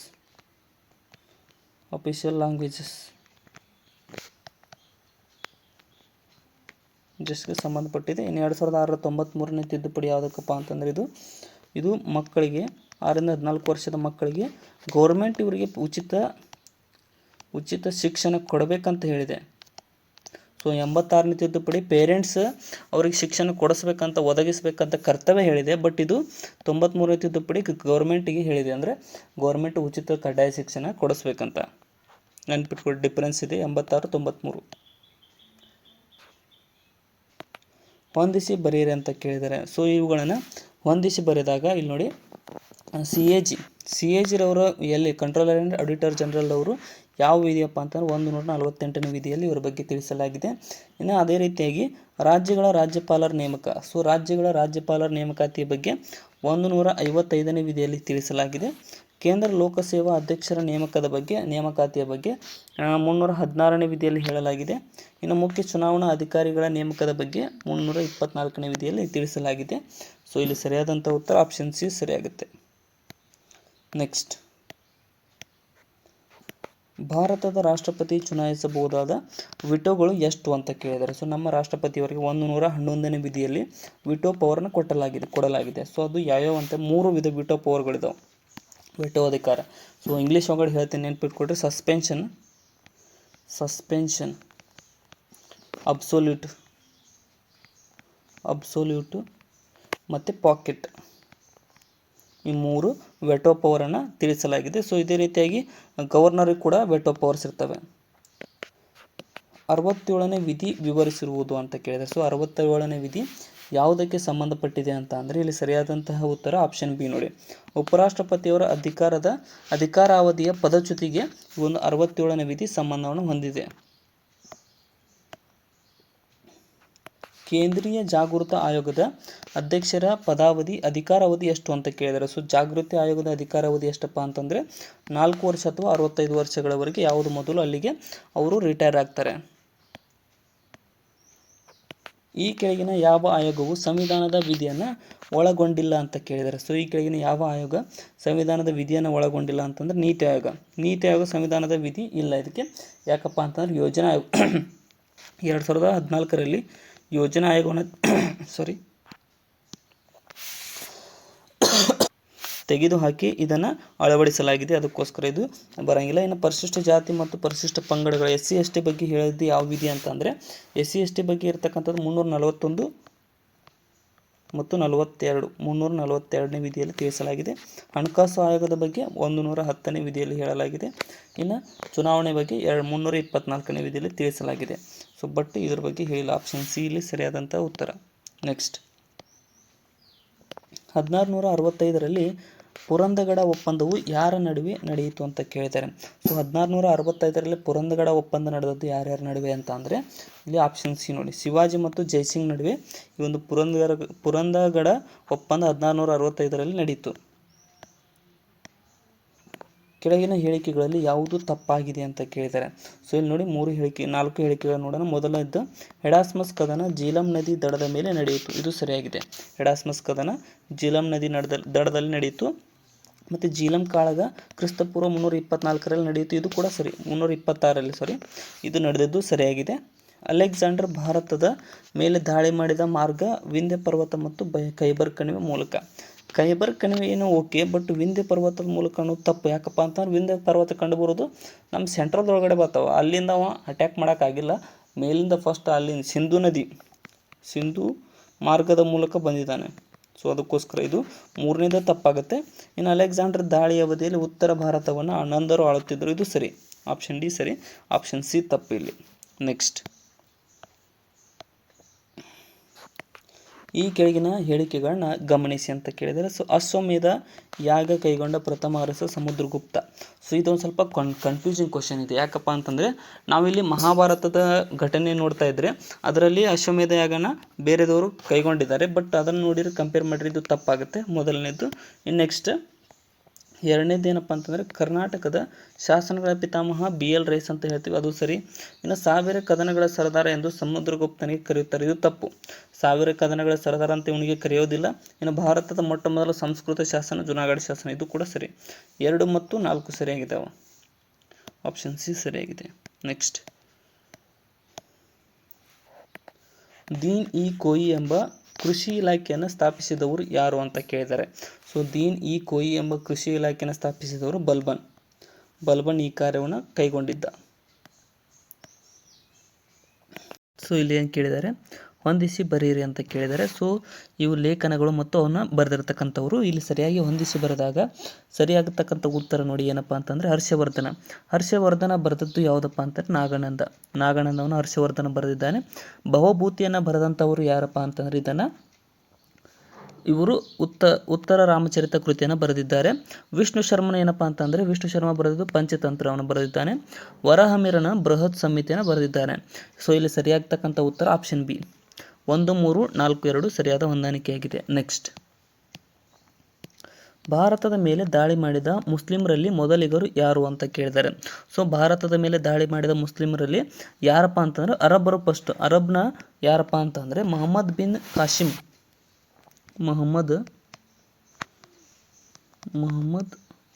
ಕಾಸಿಮ್ ಇವ ಏನಪ್ಪ ಅಂದರೆ 712 AD ಅನೋ ಡಾಮಿನಿ ಅಂತ ಕರಿತೀವಿ ಏದಿಗೆ. ಸೊ ಅದು ಆ ಇಸ್ವಿಯಲ್ಲಿ ಇವ ದಾಳಿ ಮಾಡಿದ್ದ. ಸೊ ಅದಕ್ಕೋಸ್ಕರ ಇವ ಅರಬ್ ರಾಜನಾಗಿದ್ದ. ನೆಕ್ಸ್ಟ್ ದೌಲತಾಬಾದ್ ನಗರವನ್ನು ನಿರ್ಮಿಸಿದಂತಹ ಅರಸ ಯಾರು ಅಂತ ಕೇಳಿದರೆ. ಸೊ ಈ ದೌಲತಾಬಾದ್ ಇದು ನಗರವನ್ನು ನಿರ್ಮಿಸಿದವರು ಮೊಹಮ್ಮದ್ ಬಿನ್ ತುಘಲಕ್ ದೌಲತಾಬಾದನ್ನು ನಿರ್ಮಿಸಿದ್ದಾನೆ, ನೆನ್ಪಿಟ್ಕೊಡ್ರಿ. ನೆಕ್ಸ್ಟ್ ಕೆಳಗಿನವುಗಳಲ್ಲಿ ತಪ್ಪಾದುದನ್ನು ಗುರುತಿಸಿ ಅಂತ ಕೇಳಿದರೆ. ಸೊ ಅಬುಲ್ ಫಜಲ್ ಐನ್ ಇ ಅಕ್ಬರಿ ಬರೆದಿದ್ದಾನೆ, ಸರಿಯಾಗಿದೆ. ಬದೌನಿ ಮುಂತಕಾಬ್ ಎಲ್ ತವಾರಿಕ್ ಬರೆದಿದ್ದಾನೆ, ಇದು ಕೂಡ ಸರಿ. ಅಕ್ಬರ್ ನಾಮ, ಸೊ ಅನಕ್ಷರಸ್ಥ ಆಗಿದ್ದ ಅಕ್ಬರ್ ನಾಮ ಎಲ್ಲಿಂದ ಬರೀಬೇಕು? ಅಕ್ಬರ್ ನಾಮವನ್ನು ಬರೆದವರು ಅಬುಲ್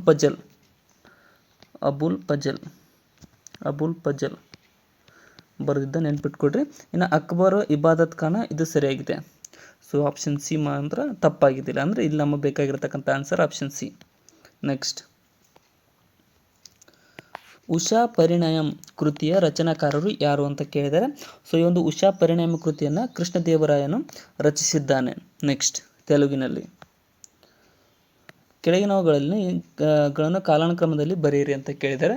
ಸೊ ಇಲ್ಲಿ ಕಾಲಾನುಕ್ರಮವಾಗಿ ಜೋಡಿಸಿ ಬರೆದಾಗ ಇಲ್ಲಿ ನೋಡಿ ಏನಾಗುತ್ತೆ ಅಂತಂದರೆ, ಒಂದನೇ ಆಂಗ್ಲೋ ಮರಾಠ ಯುದ್ಧ ನಡೆದು 1775 ನಡೀತು. ಸೊ ಇನ್ನು ಅಲಹಾಬಾದ್ ಒಪ್ಪಂದ ನಡೆದದ್ದು ಯಾವಾಗಪ್ಪ ಅಂದರೆ 1765 ನಡೀತು. ಸಹಾಯಕ ಸೈನ್ಯ ಪದ್ಧತಿ ನಡೆದದ್ದು ಯಾವಾಗಪ್ಪ? 1798. ಇನ್ನು ಬೆಸ್ಸಿನ್ ಒಪ್ಪಂದ ನಡೆದದ್ದು ಯಾವಾಗಪ್ಪ? 1802. ಸೊ ಇಲ್ಲಿ ಹೊಂದಿಸಿ ಬರೆದಾಗ ನೋಡಿ 65 ಫಸ್ಟ್ ಬರುತ್ತೆ, ಅದಾದಮೇಲೆ 2 1 3 4 ಆಗುತ್ತೆ. 2 1 3 4 ಆಪ್ಷನೇ ಇಲ್ಲ. ಸೊ ಆದರೂ ಇದು ಆಪ್ಷನ್ ಸರಿಯಾಗುತ್ತೆ. ಇಲ್ಲಿ ಆಪ್ಷನ್ಗಳ ಬಗ್ಗೆ ತಲೆ ಕೆಡಿಸ್ಕೊಬೇಡಿ, ಇದು ಸರಿಯಾಗುತ್ತೆ. ನೆಕ್ಸ್ಟ್, ಕೆಲವೊಂದು ಸಲ ಪ್ರಶ್ನೆಗಳು ತಪ್ಪಾಗಿರ್ತವೆ. 1916 ಹೋಮ್ ರೂಲ್ ಲೀಗ್ ಕರ್ನಾಟಕದ ಯಾವ ಸ್ಥಳದಲ್ಲಿ ಸ್ಥಾಪಿಸಲಾಯಿತು ಅಂತ ಕೇಳಿದ್ದಾರೆ. ಸೊ ಬಾಲಗಂಗಾಧರ ತಿಲಕ್ರವರು ಈ ಒಂದು ಹೋಮ್ ರೂಲ್ ಲೀಗನ್ನು ಪ್ರಾರಂಭಿಸಿದರು. ಇಲ್ಲಿ ಸರಿಯಾದಂತಹ ಉತ್ತರ ಆಪ್ಷನ್ ಸಿ ನೋಡಿ, ಧಾರವಾಡದಲ್ಲಿ ಈ ಒಂದು ಹೋಮ್ ರೂಲ್ ಲೀಗನ್ನು ಕರ್ನಾಟಕದಲ್ಲಿ ಸ್ಥಾಪಿಸಲಾಯಿತು. 1922 ಮಂಗಳೂರಿನಲ್ಲಿ ನಡೆದ ಕಾಂಗ್ರೆಸ್ ಅಧಿವೇಶನದ ಅಧ್ಯಕ್ಷರು ಯಾರಾಗಿದ್ದರು ಅಂತ ಕೇಳಿದ್ದಾರೆ. ಸೊ ಇಲ್ಲಿ ಸರಿಯಾದಂತಹ ಉತ್ತರ ಆಪ್ಷನ್ ಬಿ ನೋಡಿ, ಸರೋಜಿನಿ ನಾಯ್ಡುರವರು 1922 ಒಂದು ಮಂಗಳೂರಿನ ಕಾಂಗ್ರೆಸ್ ಅಧಿವೇಶನದ ಅಧ್ಯಕ್ಷತೆಯನ್ನು ವಹಿಸಿದ್ದರು. ನೆಕ್ಸ್ಟ್, ಜಮೀನ್ದಾರಿ ಪದ್ಧತಿಯನ್ನು ಜಾರಿಗೆ ತಂದಂತಹ ಗವರ್ನರ್ ಯಾರು ಅಂತ ಕೇಳಿದ್ದಾರೆ. ಸೊ ಇಲ್ಲಿ ಸರಿಯಾದಂತಹ ಉತ್ತರ ಆಪ್ಷನ್ ಬಿ, ಕಾರ್ನ್ ವಾಲಿಸ್ನು ಈ ಒಂದು ಜಮೀನ್ದಾರಿ ಪದ್ಧತಿಯನ್ನು 1793 ಜಾರಿಗೆ ತಂದ ಗವರ್ನರ್ ಆಗಿದ್ದಾನೆ. ಇನ್ನು ಕೃತಕವಾಗಿ ತಯಾರಿಸಿದಂತಹ ಮೊದಲ ಮೂಲ ವಸ್ತು ಯಾವುದು ಅಂತ ಕೇಳಿದರೆ, ಸೊ ಆರ್ಟಿಫಿಷಿಯಲ್ ಲ್ಯಾಬ್ನಲ್ಲಿ ತಯಾರಿಸಿದಂಥ ಮೊದಲ ಮೂಲ ವಸ್ತು ಟೆಕ್ನೇಟಿಯಮ್ ಅನ್ನುವಂಥದ್ದು. ಇದರದ್ದು ಫಾರ್ಮುಲಾ ಏನಪ್ಪ ಅಂತ TC ಅಂತ ಕರೀತಾರೆ. ಸೊ ಅಟಾಮಿಕ್ ನಂಬರ್ 43, ಇದರ ಅಟಾಮಿಕ್ ನಂಬರ್ 43. ಇದನ್ನು ಲ್ಯಾಬ್ನಲ್ಲಿ ತಯಾರಿಸಿದ ಒಂದು ಕೃತಕ ಮೂಲ ವಸ್ತು ಆಗಿದೆ. ನೆಕ್ಸ್ಟ್, ನೆನ್ಪಿಟ್ಕೊಡ್ರಿ, ಈ ಟೈಪ್ ಟ್ರಿಕ್ಕಿ ಕ್ವಶನ್ಗಳನ್ನು ಜಾಸ್ತಿ ಕೇಳ್ತಾರೆ. ಸಕ್ಕರೆಯನ್ನು ಸುಡುವುದು ಯಾವ ಕ್ರಿಯೆಗೆ ಸಂಬಂಧಿಸಿದೆ ಅಂತ ಕೇಳಿದರೆ, ಸೊ ಸಕ್ಕರೆಯನ್ನು ಸುಟ್ಟರೆ ಅದು ಮೆಲ್ಟ್ ಆಗುತ್ತೆ. ಸೊ ಇದು ಯಾವ ಕ್ರಿಯೆಯಪ್ಪ ಅಂತ ಅಂದರೆ ಇಲ್ಲಿ ಸರಿಯಾದಂಥ ಉತ್ತರ ಇದೊಂದು ರಾಸಾಯನಿಕ ಬದಲಾವಣೆ ಆಗುತ್ತೆ. ಸಕ್ಕರೆಯಲ್ಲಿ ಪಾಕ ಬರುತ್ತೆ ಸುಟ್ಟರೆ. ಕಂಚಿನಲ್ಲಿರುವ ಮಿಶ್ರಲೋಹಗಳು ಯಾವುವು ಅಂತ ಕೇಳಿದರೆ, ಸೊ ಕಂಚಿನಲ್ಲಿ ಕಂಡುಬರ್ತಕ್ಕಂಥ ಮಿಶ್ರಲೋಹ ತಾಮ್ರ ಮತ್ತು ತವರ. ಆಪ್ಷನ್ ಬಿ ಇಲ್ಲಿ ಸರಿಯಾಗಿದೆ. ನೆಕ್ಸ್ಟ್, ಭಾರತದ ಮೊದಲ ಸೂಪರ್ ಕಂಪ್ಯೂಟರ್ ಯಾವುದು ಅಂತ ಕೇಳಿದರೆ, ಸೊ ಭಾರತದ ಮೊದಲ ಸೂಪರ್ ಕಂಪ್ಯೂಟರ್ ಪರಮ್ ಯುವ 8000 ಕಂಪ್ಯೂಟರ್ ಅನ್ನುವಂಥದ್ದು, ಪರಮ್ 8000 ಅಂತ ಹೇಳ್ಬೋದು. ಅದು ಭಾರತದ ಮೊದಲ ಸೂಪರ್ ಕಂಪ್ಯೂಟರ್ ಆಗಿದೆ. ಈ ಕೆಳಗಿನ ಹೇಳಿಕೆಗಳನ್ನ ಗಮನಿಸಿರಿ. ಸೊ ಇಲ್ಲಿ ಸರಿಯಾಗಿರ್ತಕ್ಕಂಥ ಹೇಳಿಕೆಗಳು ಯಾವುವು ಅಂತ ಉತ್ತರಿಸಿ ಅಂತ ಕೇಳಿದ್ದಾರೆ. ಸೊ ಇಲ್ಲಿ ನೋಡಿ, ವಜ್ರವು ಕಾರ್ಬನ್ನ ಅತ್ಯಂತ ಕಠಿಣವಾದ ಸ್ಫಟಿಕ ರೂಪ ಅನ್ನೋದು ಸರಿಯಾಗಿದೆ. ಯಾಕಪ್ಪ ಅಂದರೆ ಕಾರ್ಬನ್ನಿಂದ ಮಾಡಲ್ಪಟ್ಟ ಅತ್ಯಂತ ಒಂದು ಗಟ್ಟಿಯಾದ ರೂಪ ಅಂದರೆ ವಜ್ರ. ಇನ್ನು ವಜ್ರವು ವಿದ್ಯುತ್ ವಾಹಕವಾಗಿದೆ, ಇದು ತಪ್ಪು. ವಜ್ರ ವಿದ್ಯುತ್ತನ್ನು ಕಂಡಕ್ಟ್ ಮಾಡೋದಿಲ್ಲ, ಅದಕ್ಕೋಸ್ಕರ ಆಪ್ಷನ್ ಬಿ ತಪ್ಪಾಗುತ್ತೆ. ಇನ್ನು ವಜ್ರವು 2500 ಡಿಗ್ರಿ ಸೆಲ್ಸಿಯಸ್ ಉತ್ಪನ್ನಗೊಳ್ಳುತ್ತದೆ, ಇದು ಕೂಡ ತಪ್ಪು. ಅದು ಏನಪ್ಪ ಅಂದರೆ ವಜ್ರ ಇಷ್ಟು ಡಿಗ್ರಿ ಸೆಲ್ಸಿಯಸ್ವರೆಗೂ ಉತ್ಪನ್ನಗೊಳ್ಳೋಂಗಿಲ್ಲ. ಇನ್ನು ಸರಿಯಾದ ಕ್ರಮದಲ್ಲಿ ಕತ್ತರಿಸಿದ ವಜ್ರವು ತನ್ನ ಮೇಲೆ ಬಿದ್ದ ಬೆಳಕಿನ ಹೆಚ್ಚಿನ ಪ್ರಮಾಣವನ್ನು ಪ್ರತಿಫಲಿಸುತ್ತದೆ. ಸರಿ, ಯಾಕಪ್ಪ ಅಂತಂದರೆ ಡೈಮಂಡ್ ನೀವು ಫಿಲ್ಮ್ದಲ್ಲೆಲ್ಲ ನೋಡಿರ್ಬೋದು, ಅದು ಏನಂದ್ರೆ ರಿಫ್ಲೆಕ್ಟ್ ಆಗ್ತಾ ಇರುತ್ತೆ ಡೈಮಂಡ್. ಸೊ ಅದಕ್ಕೋಸ್ಕರ 1 ಮತ್ತು 4 ಮಾತ್ರ ಸರಿಯಾಗಿವೆ ಇಲ್ಲಿ. ನೆಕ್ಸ್ಟ್, ಹೊಂದಿಸಿ ಬರೆಯಿರಿ ಅಂತ ಕೇಳಿದರೆ, ಸೊ ಪಾರ್ಮಿಕ್ ಆಮ್ಲ ಯಾವುದರಲ್ಲಿ ಎದಕ್ಕೆ ಯೂಸ್ ಆಗುತ್ತೆಪ್ಪ ಅಂತಂದರೆ, ಪಾರ್ಮಿಕ್ ಆಮ್ಲವನ್ನು ಕೀಟಗಳು ಕಚ್ಚಿದಾಗ ಬರುವ ಪಾರ್ಮಿಕ್ ಆಮ್ಲ ಅಂತ ಬರುತ್ತೆ. ಸೊ ಕೀಟ ಅನ್ನೋದಕ್ಕಿಂತ ಇರುವೆ, ಈ ಆ್ಯಂಟ್ಸ್ ಇರ್ತಾವಲ್ಲ, ಆ್ಯಂಟಿ ಆ್ಯಸಿಡ್ ಅಂತ ಕೂಡ ಕರೀತಾರೆ ಫಾರ್ಮಿಕ್ ಆ್ಯಸಿಡ್ಗೆ.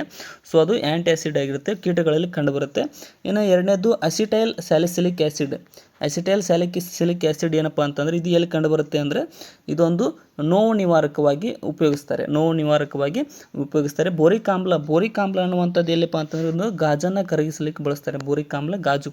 ಮತ್ತು ಹೈಡ್ರೋಕ್ಲೋರಿಕ್ ಆಮ್ಲ ಎಲ್ಲಿಪ್ಪ ಅಂತಂದರೆ, ಕಣ್ಣು ತೊಳೆಯಬೇಕಂದ್ರೆ ಹೈಡ್ರೋಕ್ಲೋರಿಕ್ HCl ಹೈಡ್ರೋಕ್ಲೋರಿಕ್ HF ಎಲ್ಲ ಬಳಸ್ತಾರೆ. ಸೊ ಇಲ್ಲಿ ಸರಿಯಾದಂತಹ ಉತ್ತರವಾಗುವುದು ಹೊಂದಾಣಿಕೆ ಆಪ್ಷನ್ ಡಿ. ನೆಕ್ಸ್ಟ್, ಈ ಕೆಳಗಿನ ಹೇಳಿಕೆಗಳನ್ನ ಗಮನಿಸಿ. ಸೊ ಇಲ್ಲಿ ಹೇಳಿಕೆಗಳು ಏನು ಹೇಳ್ತಾವೆ ನೋಡಿ. ನೀರು ದೇಹದ ಲೋಳೆ ಪೊರೆಗಳನ್ನು ಶ್ವಾಸಕೋಶಗಳನ್ನು ಸದಾ ಒದ್ದೆಯಾಗಿಡುತ್ತದೆ ಅನ್ನೋದು ಸರಿಯಾಗಿದೆ. ಮತ್ತು ನೀರು ದೇಹದ ಜೀವಕೋಶಗಳಿಗೆ ಪೋಷಕಾಂಶವನ್ನು ಹಾಗೂ ಆಕ್ಸಿಜನನ್ನು ಒದಗಿಸುತ್ತದೆ, ಇದು ಕೂಡ ಸರಿ. ನೀರು ಬ್ಲಡ್ಡಲ್ಲಿ ಕೂಡ ಇರುತ್ತೆ. ಇನ್ನು ಕಣ್ಣಿನ ಒಳಗೆ ಹಾಗೂ ಮೆದುಳು ಬಳಿಯ ಸುತ್ತ ಒತ್ತಡ ಹೀರಿಕೊಳ್ಳುತ್ತದೆ, ಇದು ಕೂಡ ಸರಿ. ಗರ್ಭದ ಸಮಯದಲ್ಲಿ ಭ್ರೂಣದ ಸುತ್ತ ತೇವಾಂಶ ಹಾಗೂ ರಕ್ಷಣೆಯನ್ನು ಒದಗಿಸುತ್ತದೆ, ಇದು ಕೂಡ ಸರಿ. ಎಲ್ಲದಕ್ಕೂ ಈ ನೀರು ಉಪಯೋಗವಾಗಿದೆ. ಆಪ್ಷನ್ ಡಿ ಇಲ್ಲಿ ಸರಿಯಾಗಿದೆ. ನೆಕ್ಸ್ಟ್, ಕೆಳಗಿನವುಗಳಲ್ಲಿ ತಪ್ಪಾದುದನ್ನು ಗುರುತಿಸಿರಿ. ಆಹಾರ ಪದಾರ್ಥ ಮತ್ತು ಕಲಬೆರಕೆ. ಹಾಲಿನ ಪುಡಿಯಲ್ಲಿ ಸಕ್ಕರೆ ಇರುತ್ತೆ. ಸಕ್ಕರೆಯಿಂದ ಅದನ್ನು ಏನು ಕಲಬೆರಕೆ ಮಾಡ್ತಾರೆ ಸಕ್ಕರೆ ಪುಡಿಯಿಂದ. ಇನ್ನು ಸಾಸಿವೆಯನ್ನು ಬಳಪದ ಕಲ್ಲು, ಇದು ತಪ್ಪು. ಯಾಕಪ್ಪ ಅಂತಂದರೆ ಸಾಸಿವೆ ಕಪ್ಪಗಿರುತ್ತೆ, ಬಳಪದ ಕಲ್ಲು ವೈಟ್ ಇರುತ್ತೆ, ಇದರಿಂದ ಮಾಡೋಕ್ಕಾಗಂಗಿಲ್ಲ. ಆಪ್ಷನ್ ಡಿ ತಪ್ಪು. ಇನ್ನು ಸಕ್ಕರೆ ಪುಡಿ ವಾಷಿಂಗ್ ಸೋಡಾದಿಂದ ಸಕ್ಕರೆ ಪುಡಿಯನ್ನು ಕಲಬೆರಕೆ ಮಾಡ್ಬೋದು. ಇಂಗು ಅಂಟು ಪದಾರ್ಥಗಳು, ಇದನ್ನು ಕೂಡ ಮಾಡ್ಬೋದು. ಬಟ್ ಆಪ್ಷನ್ ಬಿ ಇಲ್ಲಿ ತಪ್ಪು. ಹೊಂದಿಸಿ ಬರೀರಿ ಅಂತ ಕೇಳಿದರೆ FPO ಅಂತ ಅಂದರೆ ಏನಪ್ಪ ಅಂತಂದರೆ ಇಲ್ಲಿ ಸರಿಯಾದಂಥ ಉತ್ತರ ಇದು. ಹಣ್ಣಿನ ಉತ್ಪಾದನೆಗಳಿಗೆ FPO ಮಾರ್ಕನ್ನು ಬಳಸಲಾಗುತ್ತದೆ. FPO ಮಾರ್ಕ್ ಹಣ್ಣಿನ ಉತ್ಪಾದನೆ. ಮತ್ತು ಸಿಲ್ಕ್ ಮಾರ್ಕನ್ನು ಎಲ್ಲಿ ಬಳಸ್ತೀವಿ ಅಂತಂದರೆ ಶುದ್ಧ ಸಿಲ್ಕ್ಗೆ ಒಂದು ಇದು ರೆಕಮೆಂಡೇಶನ್ ಕೊಡುವ ಸಲುವಾಗಿ ಸಿಲ್ಕ್ ಮಾರ್ಕನ್ನು ಬಳಸಲಾಗುತ್ತದೆ. ಇನ್ನು ಎಕೋ ಮಾರ್ಕ್ ಎಲ್ಲಿ ಬಳಸ್ತಾರಪ್ಪ ಅಂತಂದರೆ ಇದನ್ನು ಇದನ್ನು ಪರಿಸರ ಹಾನಿ, ಇಕೋಲಾಜಿಕಲ್ ಹಾನಿಗೆ ಬಳಸಲಾಗುತ್ತದೆ ಎಕೋ ಮಾರ್ಕನ್ನು. ಇನ್ನು ವೆಜಿಟೇರಿಯನ್ ಮಾರ್ಕನ್ನು ಸಸ್ಯಾಹಾರಿಗೆ ಬಳಸಲಾಗುತ್ತದೆ. ಸೊ ಇಲ್ಲಿ ಸರಿಯಾದಂಥ ಉತ್ತರ ಆಪ್ಷನ್ ಬಿ ನೋಡಿ. ನೆಕ್ಸ್ಟ್, ನಕ್ಷತ್ರಗಳು ತಮ್ಮ ಪಥವನ್ನು ಬದಲಿಸದಂತೆ ಭಾಸವಾಗುವುದಕ್ಕೆ ಕಾರಣ ಏನು ಅಂತ ಕೇಳಿದರೆ, ಅಂದರೆ ನಕ್ಷತ್ರಗಳನ್ನು ನೋಡುವಾಗ ತಾವು ಮಿಂಚುತ್ತಿರುವಂತೆ ಕಾಣ್ತವ. ಇದು ಯಾಕಪ್ಪ ಅಂತಂದರೆ ಸರಿಯಾದಂಥ ಉತ್ತರ ಆಪ್ಷನ್ ಬಿ, ಬೆಳಕಿನ ವಕ್ರೀಭವನ. ಬೆಳಕು ಎದಕ್ಕೆ ವಕ್ರೀಭವನ ಆಗುತ್ತಂದರೆ ಇಂಟರ್ಫಿಯರೆನ್ಸ್ ಆಗುತ್ತೆ. ಏನಪ್ಪ ಅಂತಂದರೆ ಒಂದು ಮಾಧ್ಯಮದಿಂದ ಇನ್ನೊಂದು ಮಾಧ್ಯಮಕ್ಕೆ ಬರ್ತಿರ್ಬೇಕಾದ್ರೆ ಸ್ವಲ್ಪ ಬೆಂಡ್ ಆಗುತ್ತೆ ಬೆಳಕು. ಸೊ ಅದೇ ರೀತಿ ಅಟ್ಮಾಸ್ಫಿಯರ್ದಲ್ಲಿ ಮೇಲಿಂದ ಕೆಳಗೆ ಬಂದಾಗ ಟೆಂಪ್ರೇಚರ್ ವೇರಿ ಆಗ್ತಾ ಬರುತ್ತೆ. ಅಲ್ಲಿ ವೇರಿ ಆದಲ್ಲಿ ಬೆಳಕು ಸ್ವಲ್ಪ ಡಿಫ್ರೆನ್ಸ್ ಅಂದರೆ ಸರಿತಾ ಹೋಗುತ್ತೆ. ಸೊ ಅದಕ್ಕೋಸ್ಕರ ಮಿಂಚಿನ ರೂಪದಲ್ಲಿ ಕಾಣುತ್ತೆ. ಇದಕ್ಕೆ ಬೆಳಕಿನ ವಕ್ರೀಭವನ ಅಂತ ಹೇಳ್ಬೋದು. ಅದಕ್ಕೋಸ್ಕರ ನಕ್ಷತ್ರಗಳು ಮಿಂಚುವ ರೀತಿಯಾಗಿ ನಮಗೆ ಕಾಣ್ತವೆ ಸ್ಟ್ರೇಟ್ ಇದ್ರು. ಸೌರ ಕುಲುಮೆಗಳಲ್ಲಿ ಬಳಸುವಂತಹ ದರ್ಪಣ ಯಾವುದು ಅಂತ ಕೇಳಿದರೆ, ಸೊ ಸೌರ ಕುಲುಮೆಗಳಲ್ಲಿ ಬಳಸತಕ್ಕಂಥದ್ದು ನಿಮ್ನ ದರ್ಪಣವನ್ನು ಬಳಸಲಾಗುತ್ತದೆ. ನೆಕ್ಸ್ಟ್, ಈ ಕೆಳಗಿನ ಹೇಳಿಕೆಗಳನ್ನು ಪರಿಗಣಿಸಿ. ಜಠರವು ಅನ್ನನಾಳ ಮತ್ತು ಸಣ್ಣ ಕರುಳಿನ ನಡುವೆ ಇದೆ, ಇದು ಸರಿ. ಯಾಕಪ್ಪ ಅಂದರೆ ಜಠರ ಅನ್ನನಾಳ ಮತ್ತು ಸಣ್ಣ ಕರುಳಿನ ನಡುವೆ ಕಂಡುಬರುತ್ತೆ. ಲಿವರ್ ಬಯಲು ರಸವನ್ನು ಉತ್ಪತ್ತಿ ಮಾಡುತ್ತದೆ, ಇದು ಕೂಡ ಸರಿ. ಮೇದೋಜೀರಕ ಗ್ರಂಥಿ ಗುಲಾಬಿ ಬಣ್ಣದಲ್ಲಿರುತ್ತದೆ, ಇದು ಕೂಡ ಸರಿ. ಮತ್ತು ಇನ್ಸುಲಿನ್ ರಕ್ತದಲ್ಲಿ ಗ್ಲೂಕೋಸ್ ಮಟ್ಟವನ್ನು ಕಾಪಾಡುತ್ತದೆ, ಇದು ಕೂಡ ಸರಿ. ಇಲ್ಲಿ 4 ಸರಿಯಾಗಿದ್ದಾವೆ. ನೆಕ್ಸ್ಟ್, ಕಣ್ಣಿನ ಯಾವ ಭಾಗವನ್ನು ದಾನ ಮಾಡಬಹುದು ಅಂತ ಕೇಳಿದ್ದಾರೆ. ಸೊ ಕಣ್ಣು ದಾನ ಅಂತಾರಲ್ಲ, ಅದು ಯಾವ ಭಾಗ ಅಂತಂದರೆ ಕಾರ್ನಿಯವನ್ನು ದಾನ ಮಾಡಿದಾಗ ಕಣ್ಣು ದಾನ ಅಂತ ಹೇಳಲಾಗುತ್ತದೆ. ದ್ವಿತೀಯ ಸಂಶ್ಲೇಷಣಾ ಕ್ರಿಯೆಯಲ್ಲಿ ಸ್ಥಿರವಾದ ಸಂಯುಕ್ತ ಯಾವುದು ಅಂತ ಕೇಳಿದರೆ, ಸೊ ದ್ವಿತೀಯ ಸಂಶ್ಲೇಷಣಾ ಕ್ರಿಯೆಯಲ್ಲಿ ಸ್ಥಿರವಾದ ಸಂಯುಕ್ತ ಗ್ಲೂಕೋಸ್ ಆಗಿದೆ. ಆಪ್ಷನ್ ಡಿ ಇಲ್ಲಿ ಸರಿಯಾಗಿದೆ. ನೆಕ್ಸ್ಟ್, ಭಾಷೆಗಳ ಬಗ್ಗೆ ಅಧ್ಯಯನ ಮಾಡೋದಕ್ಕೆ ಏನೆನ್ನುವರು ಅಂತ ಕೇಳಿದರೆ, ಸೊ ಭಾಷೆಗಳ ಅಧ್ಯಯನಕ್ಕೆ ಏನಂತ ಕರೀತಾರೆ ಅಂದರೆ ಪಿಲೋಲಜಿ ಅಂತ ಕರೀತಾರೆ. ಪಿಲೋಲಜಿ ಭಾಷೆಗಳ ಅಧ್ಯಯನ. ಸೊ ಇಲ್ಲಿಗೆ ನಮ್ಮ ಇವತ್ತಿನ ಮಾಡೆಲ್ ಕ್ವಶನ್ ಪೇಪರ್ ಮುಕ್ತಾಯಗೊಂಡಿದ್ದು. ಧನ್ಯವಾದಗಳು. ಕೊನೆಯವರೆಗೂ ನೋಡೋದಕ್ಕೆ ಎಲ್ರಿಗೂ ಧನ್ಯವಾದಗಳು. ವಿಡಿಯೋನ ಆದಷ್ಟು ನಿಮ್ಮ ಫ್ರೆಂಡ್ಸ್ಗೆ ಶೇರ್ ಮಾಡಿ, ಸಬ್ಸ್ಕ್ರೈಬ್ ಮಾಡಿರಿ. ಮತ್ತು ಕಮೆಂಟ್ ಸೆಕ್ಷನ್ದಲ್ಲಿ ಏನಾದರೂ ತಪ್ಪು ಅನಿಸಿದರೆ ಕಮೆಂಟ್ ಚೆಕ್ ಮಾಡಿ. ಡಿಸ್ಕ್ರಿಪ್ಷನ್ ಒಳಗಡೆ ನಮ್ಮ ಚಾನಲ್ ಇನ್ಸ್ಟಾ, ಟೆಲಿಗ್ರಾಮ್, ವಾಟ್ಸಪ್ ಮತ್ತು ಥ್ರೆಡ್ಸ್ ಇವುಗಳದ್ದು ಲಿಂಕ್ ಇದೆ, ಅವುಗಳನ್ನು ಕೂಡ ಫಾಲೋ ಮಾಡಿಕೊಡ್ರಿ. Thank you so much.